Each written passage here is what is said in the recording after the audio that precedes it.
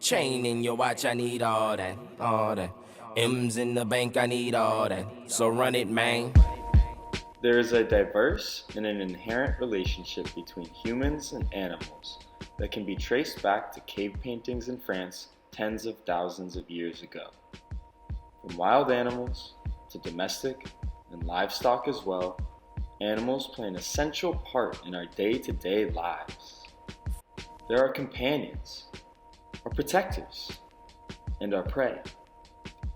Today, as seen through our compassionless exploitation of greyhound dogs and animal treatment within zoos, there is no doubt that we have no regard for their livelihood.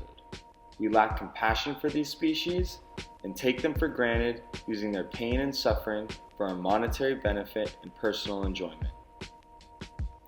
On the other hand, we have found great companions in dogs that are mutually beneficial.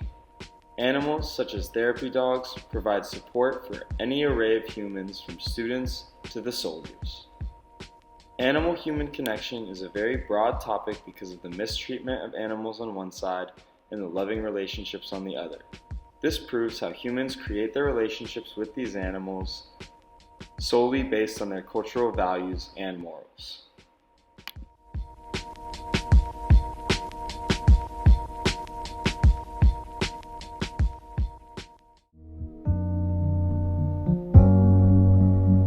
The origins of greyhound racing date back to 1876 in England, and since then it has spread across the globe.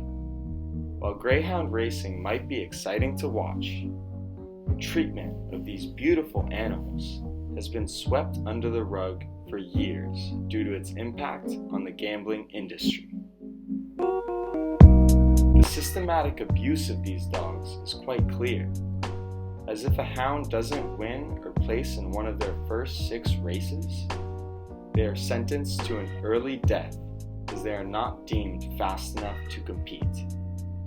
Just in Australia, it's estimated that over 18,000 are killed every year, with 8,000 being puppies. Those that are not considered fast enough to compete at a high level aren't glorified, as they are subjected to serious injuries along with head trauma during these intense and dangerous races. The stakes are so high that there are rumors of dogs being drugged with anabolic steroids, caffeine, and even cocaine to increase their chances of winning. The mistreatment even extends to other animals during their training with live baiting. Trainers will tie rodents to strings on the back of carts and drag these live animals around until the greyhounds are able to chase them down and kill them.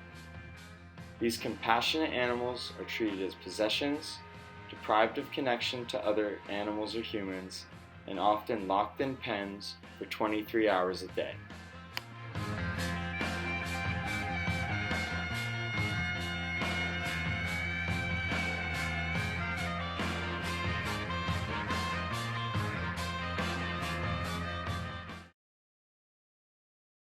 Hi Mary, I got a quick couple questions for you. Do you know anything about greyhound racing?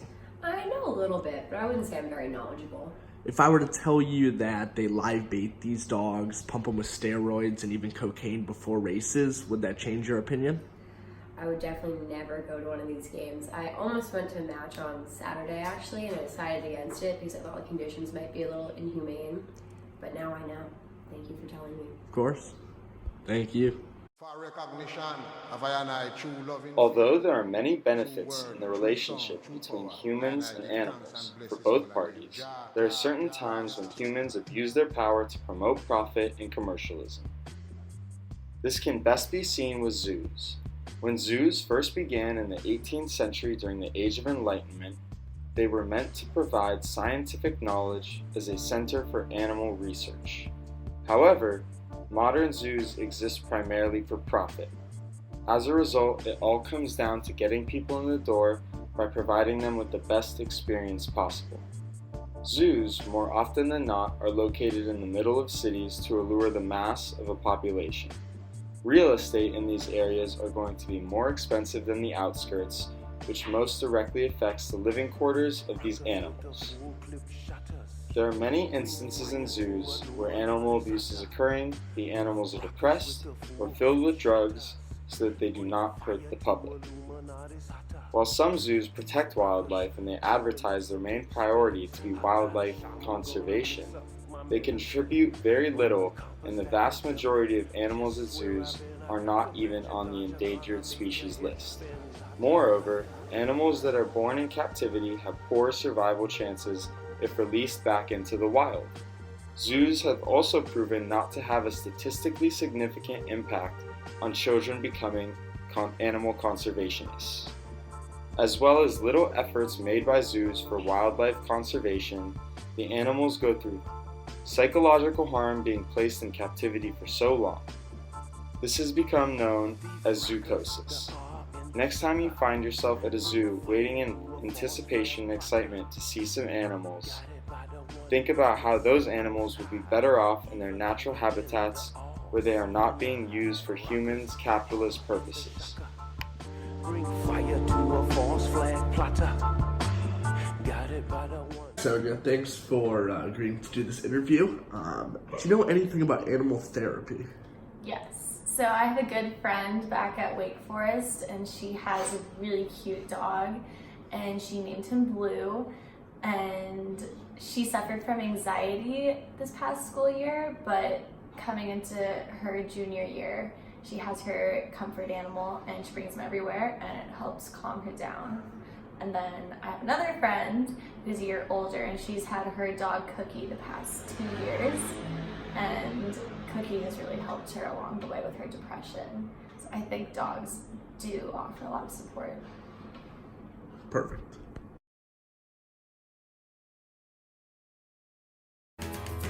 Everybody loves story dogs, the children, the volunteers, the teachers, the principals, and even the dogs.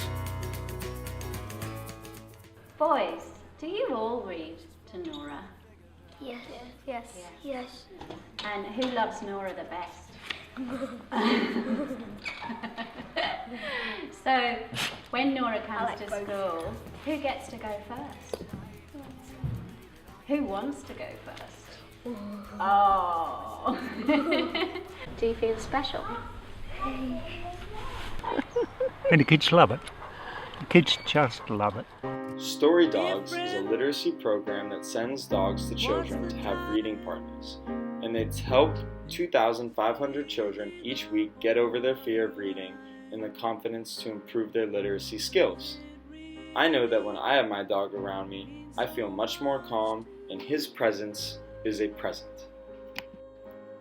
For our domestic pets, there is a mutualistic, symbiotic relationship that provides emotional, psychological, and physical interactions that are beneficial to both parties. Animal therapy began with the ancient Greeks using horses to help the severely ill. Since then, many other cultures have used animals for therapeutic purposes. Formal animal therapy began in the 1960s. It has been shown that dogs reduce the risk of developing heart disease in their owners. People who have had a heart attack can greatly reduce their risk of another one by adopting a pet. Pets also provide a calming energy while increasing self-esteem and self-worth. They can also reduce symptoms of anxiety and depression while combating feelings of loneliness and isolation. Having a pet has shown many positive results in people with autism, depression, anxiety, schizophrenia, and addiction. Dogs also increase the production of oxytocin in humans, which allows humans to trust easier. So next time you are dealing with those trust issues y'all got, you just gotta get a trusty dog by your side. Specifically in America, after suffering through the trauma of mass shootings at schools, some schools have implemented a program where dogs used to bring a sense of calmness into the schools. After an event such as a shooting at school, many students are understandably scared to go back, but these dogs have helped in a huge way to get these kids back to feeling safe at their schools. They also increase school attendance, social confidence, and improve motivation in students.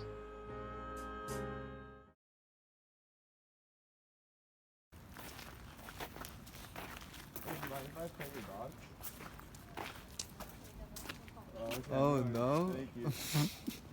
Thank you guys for watching.